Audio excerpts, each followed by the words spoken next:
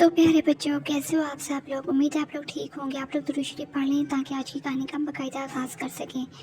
امید ہے میرے پیارے بچوں نے درود شریف پڑھ لیا ہوگا۔ آپ سے ہمیشہ کہتا ہے ایک ریکویسٹ اور بھی ہے کہ آپ لوگ روزانہ 5 وقت کی نماز، جس میں فجر، ظہر، عصر، مغرب، عشاء شامل ہے، ادا کیا کریں وقت پر، اور قرآن پاک کی تلاوت ترجمے کے ساتھ کیا کریں، اور 10,000 مرتبہ درود ابراہیمی پڑھا کریں۔ چلیے پڑھتے ہیں کہانی کی طرف۔ 7 شہزادے اور شہزادی کی قربانی۔ کسی دور دراز سلطنت میں ایک شہزادی پریسا رہتی تھی جو کہ بہت خوبصورت تھی۔ اس کے لمبے گھنے بال اس کے کمر میں لہراتے رہتے تھے اور جسے وہ اور بھی خوبصورت لگتی۔ اس کی بڑی گہری اور نیلی آنکھیں اور اس کا چاند نما چہرہ رات کو اور بھی خوبصورت معلوم ہوتا تھا۔ سب شہزادی کے حسن کے گرویدہ تھے۔ شہزادی بہت ہی خوبصورت تھی۔ جب بھی وہ شیشے کے آگے جاتی تو آئینہ خود سے بول اٹھتا، آج سے پہلے میں نے اتنی خوبصورت اور حسین چہرہ پہلے نہیں دیکھا۔ یہاں تک کہ آئینہ بھی شہزادی کی حسن کی تعریف کرتا۔ ہر چیز شہزادی کے حسن کے آگے ماند پڑ جاتی۔ شہزادی جس جگہ کھڑی ہوتی وہ جگہ بھی خوبصورت لگتی۔ شہزادی جس جگہ بیٹھی ہوتی وہ جگہ بھی شہزادی کے بیٹھنے کی وجہ سے خوبصورت معلوم ہوتی۔ شہزادی بہت خوبصورت تھی۔ شہزادی جو بھی لباس پہنتی وہ لباس نہایت قیمتی اور بھلا اور مہنگا خوبصورت معلوم ہونے لگتا۔ شہزادی بہت خوبصورت تھی، لیکن شہزادی بے حد معصوم تھی۔ اسے نہیں پتہ تھا دنیا کی چالاکیاں اور مکاریاں۔ وہ ان سب سے دور اپنے محل میں پرسکون زندگی گزار رہی تھی، لیکن کچھ ایسا ہوا کہ ان کی سلطنت تباہ ہو گئی اور زوال پذیر ہو گئی۔ ان کی سلطنت پر زوال آ گیا، ان کا عروج ختم ہو گیا۔ بادشاہ کو قتل کر دیا گیا، ملکہ کو قیدی بنا دیا گیا اور شہزادی اپنی ہی ریاست میں کہیں چھپ گئی اور بھاگ کر جنگلوں میں چلی گئی۔ اب ان کا محل بھی نہیں بچا تھا۔ شہزادی جنگلوں میں بھٹکتی رہی اور ادھر ادھر گھومتی رہی کہ اسے کوئی ٹھکانہ مل جائے۔ اس نے پہلی دفعہ اپنے محل کے باہر قدم رکھا تھا۔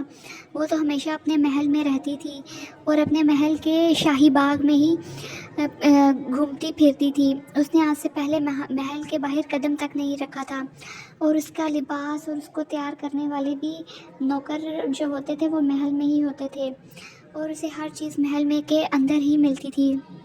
وہ پہلی بار محل سے بھاگی جب دشمن فوج نے ان کے محل پر قبضہ کر لیا، بادشاہ کو قتل کر دیا اور تخت پر قبضہ کر لیا، ملکہ کو قیدی بنا لیا اور شہزادی کو ڈھونڈنے لگے۔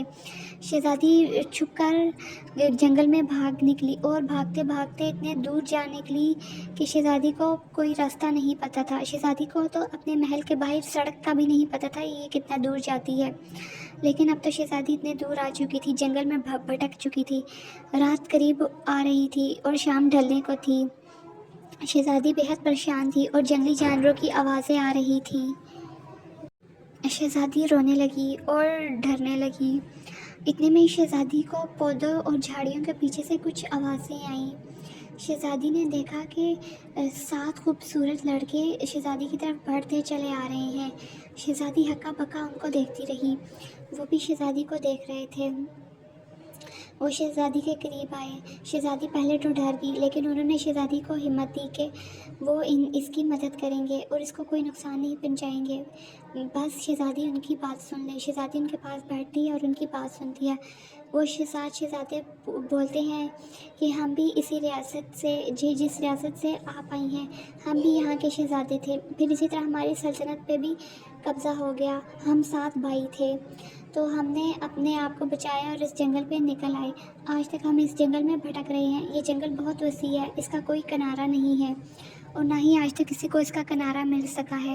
جو بھی اس جنگل میں ایک بار قدم رکھتا ہے وہ بھٹک جاتا ہے۔ آپ سے ہماری درخواست ہے، بلکہ ہماری التجا ہے کہ آپ ہماری مدد کریں۔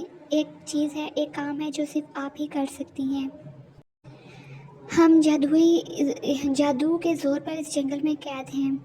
ہم 7 بھائی جادو کے زور میں اس جنگل میں قید ہیں۔ ہماری ریاست میں جادوگر نے حملہ کیا تھا۔ میرے باپ کو اس نے بوتل میں بند کر دیا تھا اور ماں کو وہ پسند کرتا تھا، اپنے ساتھ زبردستی لے گیا، اور میں اور ہم شہزادوں کو اس جنگل میں جادو کے ذریعے بھیج دیا۔ اب ہمیں آپ کی مدد درکار ہے۔ اس نے کہا تھا جب تک کہ کسی ریاست کی خوبصورت شہزادی کا ایک سنہری بال لا کر اس تالاب میں نہیں ڈالو گے جو کہ جنگل کے بیچوں بیچ بہتا ہے تو تمہیں اس جنگل سے نکلنے کا کنارہ نہیں ملے گا۔